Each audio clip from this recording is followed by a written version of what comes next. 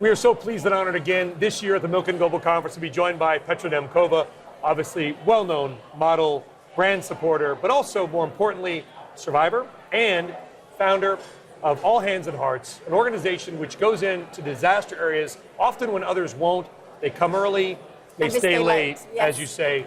And it's important to note because you are obviously so well known, but you're not just the face of this organization. You go to these places, you yourself, and you help out. Where do we stand right now with Puerto Rico relief? We talked about it so much for 2 months, and now it's just off the headlines. Yes. Well, as you said, we come in early, we stay late, and I go to the locations where we rebuild after natural disasters.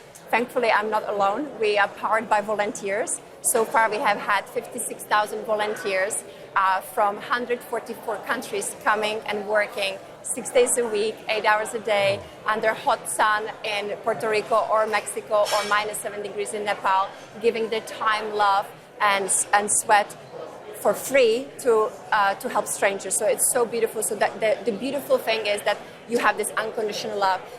And in Puerto Rico, in particular, we have had volunteers sending application, 400 volunteers a month wanting to come and volunteer, which is amazing. Is that enough people? Do you have enough people? Actually, we have to. We can accommodate only 70 people a day. So we have to rotate them depending on how long they are staying for, 2 days or 1 week or 3 weeks. So, but 70 people. So the rest of them, we are trying to encourage them to go to other areas which are in need of volunteers, like Texas, North Carolina. So in Puerto Rico, we have enough volunteers, but the funding is not there, and it's been so heartbreaking. The government of Puerto Rico estimated the damage to be 24 to 32 billion on housing only, and the U.S. government committed to 1 billion. So the gap is so tremendous, and already at the beginning, there are very few organizations who are focusing on housing. Very, very few. And that's what you guys do: build houses, repair houses, in Puerto put a Rico. roof. There's people that don't have a roof. A year later, they don't have electricity still in parts of Puerto Rico. Yeah, a year later, they didn't have electricity. Now they have electricity, but it took a year for some of the areas to get electricity. Now they have it, but they still have a leakage in the roof. And imagine you're 70, 80 years old without ability to go and fix the roof. And these families, we cater to the most vulnerable families, single moms, families with disabled, and elderly, and they are getting forgotten. And because already at the beginning, very few organizations were there focusing on housing, and some of the big organizations which normally focus on housing are not doing. Habitat for Humanity is focusing on a very important issue, which is land title, which is important, but they are not doing housing. Red Cross is focusing on solar panels, on water and community health, and none of the big organizations are focusing on housing. So we, as a medium-sized organization, we are the biggest providers of housing. Yeah. We have helped 666 homes with over 2,500 volunteers. But the need is so much greater, and there are no funding coming in. So it's been really desperate. We committed to stay 2 years. Yeah. We have committed $7 million to help rebuild homes. It costs only $6,000 on average to put family back to safe home, and just the funding is not there. So for $6,000, you could effectively get somebody a house. But yes. I think this might be your data, and if I screw it up, I apologize. Something like 95% of all the donations for any disaster come within like the first week or two. It's obviously in the headlines.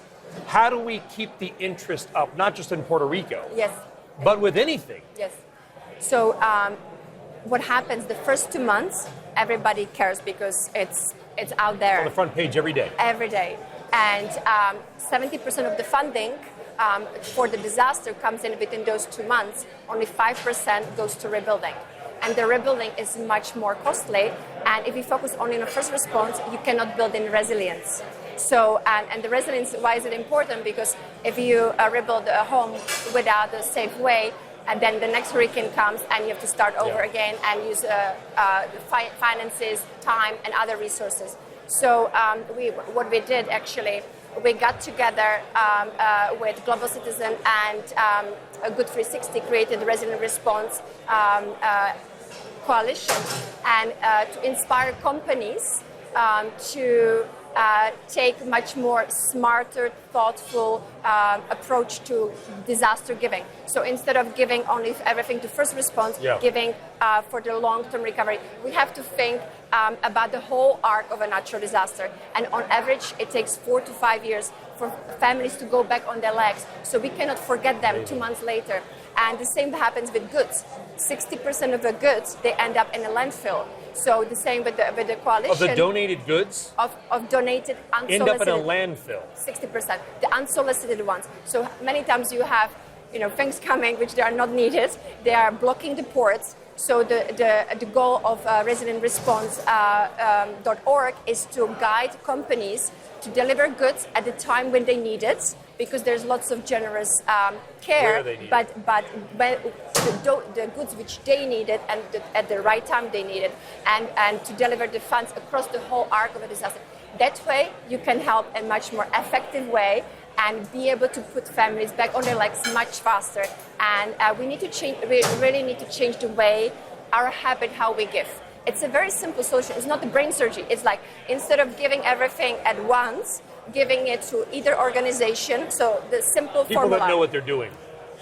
To organization which does help through the whole arc of a disaster. That's one way to help. Or second, distribute the funds across the first response and the rebuilding. So if you want to put 50% to first response, 50% to rebuilding. So those are two very simple ways how you can help the families in a much smarter way. And we really, each of us as individuals or corporations, we have to change the habit of giving. And the beauty about it is it's simple.